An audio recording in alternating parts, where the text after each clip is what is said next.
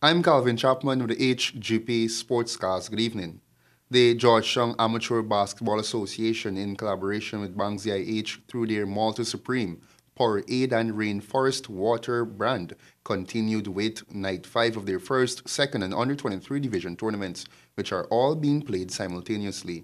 Due to the inclement weather, play was moved from the scheduled playing venue, Bornham Court, to the Cliff Anderson Sports Hall on Saturday evening. Three matches were played, with the first scheduled to start at 6 p.m. That game, however, bounced off an hour later, an under 23 encounter between UG Trojans and Cobras. The University lads won that game convincingly 101-63, a much needed win for the Trojans that will help boost team morale after successive humiliating defeats to Eagles in the under 23 and second divisions. Kadeem Peterkin and Shaquille Adonis both scored 17 points in the collective effort for UG.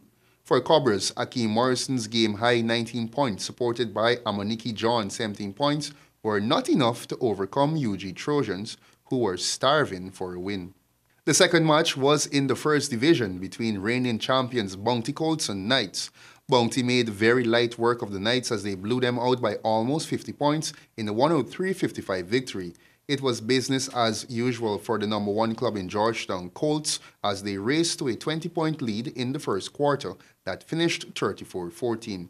It could have been a more embarrassing scorecard for the Knights, but they managed to curb Colts scoring in the third quarter, with only 16 points being netted in that period of play to increase their tally to 87 after finishing the first half on 71 points. Shelroy Thomas was on fire in the win. He scored 26 points, sinking three three-pointers in the process. Adding to the rout were Shane Webster with 19 points, Sheldon Thomas, who scored 14 points, including two three-pointers, and Errol Dryden, 9 points. The third and final game of Night 5, the second first division match of the night, which was contested between Pepsi Sonics and Ravens, was the closest of the three games played. Ravens won that game 62-43. The 40-minute match was very close throughout. Prior to the start of the fourth quarter, Ravens led marginally with the score 42-40. Disappointingly, Sonics only managed to score 3 points in the fourth quarter against the Ravens' 20 points, failing to show any fight as the Sonics suffered a fourth quarter blowout.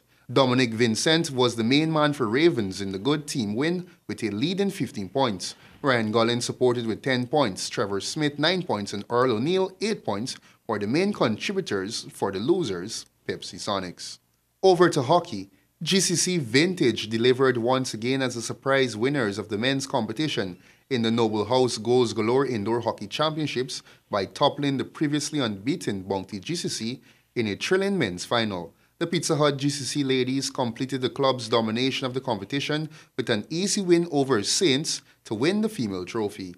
After a tiring semi-final battle against the Old Fort Hockey Club Warriors, which ended in favor of Vintage by a meager one-goal margin, the veteran side found themselves opposite unbeaten Bounty GCC in the men's final of the competition.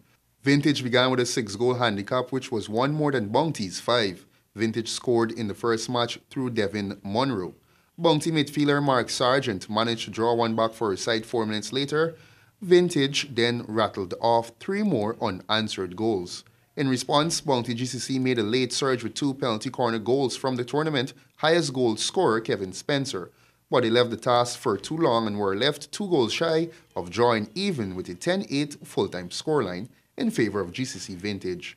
The Cinderella ladies of Saints danced their way through to the finals despite being huge underdogs against far more experienced sides. After a hard-fought semi-final battle against the Woodpecker Hikers, where Saints held off the opposition to secure a 39 victory, Saints faced the powerful Pizza Hut GCC, who won all their matches by comfortable margins. GCC started on 0 while Saints enjoyed a 12-goal handicap. It took GCC 5 minutes to get their first breakthrough, but no time after that to get their second. The Pizza Hut ladies piled on the pressure and amassed 8 goals by the first half to see the scores at 12-8, still in favor of Saints.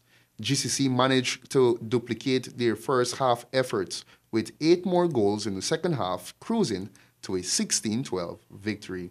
The 5 leading goal scorers of the tournament each made a mark on the match, with Marzana Fidku and Gabrielle Javier netting 4 each.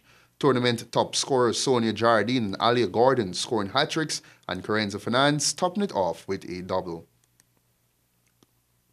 In cricket, Trinidad and Tobago extended their unbeaten run at the Cricket West Indies Regional Under-17 tournament with a crushing 8-wicket victory over Guyana at the Queen's Park Oval on Saturday. The Trinidad and Tobago spinners continued their dominant form in the tournament with Samir and Nicholas Ali ripping through the Guyana batting lineup. They combined for 8 wickets as Guyana were dismissed for 38 from 22.3 overs. Trinidad and Tobago finished on 39 runs for 2 wickets off 17 overs to claim the win. Leg spinner Samir bamboozled the Guyana batsmen to finish with figures of 6 wickets for 9 runs from 6.3 overs.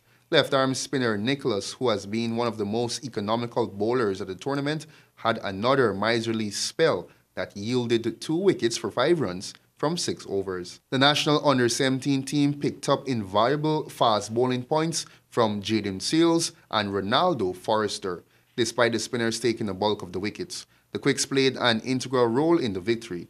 The new ball pair removed Guyana opening batsman Alex Algu 5 and Sachin Singh Duck to set the stage for the spin attack. Samir and Nicholas proved to be a handful as they bowled with variation and guile. They complemented each other perfectly as the Guyanese batsmen found it difficult to score, which was also aided by good fielding.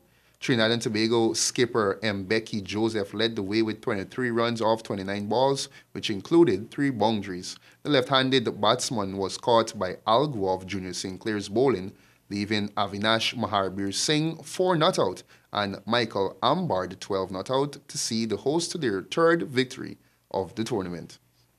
In tennis, the Guyana Tennis Association is preparing to host its 13th PMP Insurance Brokers Junior Tennis Camp starting today. Children between the ages of 6 to 11 will be trained at the Cliff Anderson Sports Hall from 9 a.m., while those between the ages of 12 to 18 will be trained at the National Racket Center at Camp and Wolford Avenue from 12 noon. The camp is the most significant annual junior development event after the end of the school year, and it usually attracts at least 50 young children who enjoy learning the rudimentary principles of playing tennis in a fun and creative environment. The camp provides a potent avenue for the introduction of many new players to clubs for further training. The camp runs from today, Monday, July 17th to Friday, August 4th on weekdays only. Players can register by calling 645-2901. And that's all we have for you in the HGP Sportscast. It's now back to you, Travis.